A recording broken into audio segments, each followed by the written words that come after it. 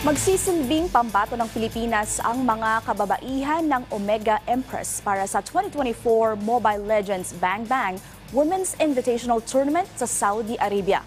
Yan ang ulat ni Rafael Bandayrel. Ibabandera ng Omega Empress ang bandila ng Pilipinas sa 2024 Mobile Legends Bang Bang Women's Invitational o MWI. Ito ang pinakamalaking torneo sa eksena ng Women's Competitive MLBB na bahagi ng Esports World Cup na idarao sa Saudi Arabia ngayong darating na Hulyo. Sina Keishi Alpuerto, Rica Amory Amores, Shinoa Perez, Mary Vivero at Gwyneth Not Ayanami Diagon ang bumubuo sa koponan. Para makatungtong sa puntong ito, pinaggreenahan ng Empress ang Silab Road to MWI nitong nagdaang weekend. Tinalo nila sa Grand Finals ang kanilang mga karibal na TNC Z4 sa pamamagitan ng isang dominanteng 3-0 sweep.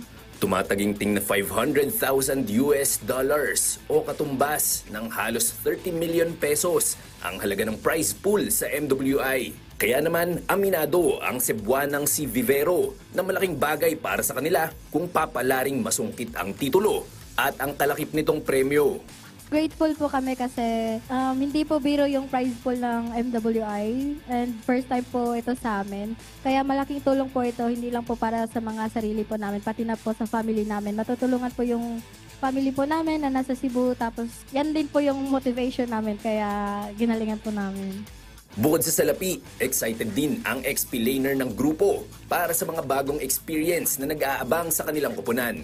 Super excited po kasi parang ngayon lang kami nabigyan ng chance na ganyan kalaki yung prize pool na and parang first time din po namin sa bansang yun kung saan i-held yung competition. Parang exciting po na sa part na makakita kami ng ibang continent, ibang klase ng culture naman din.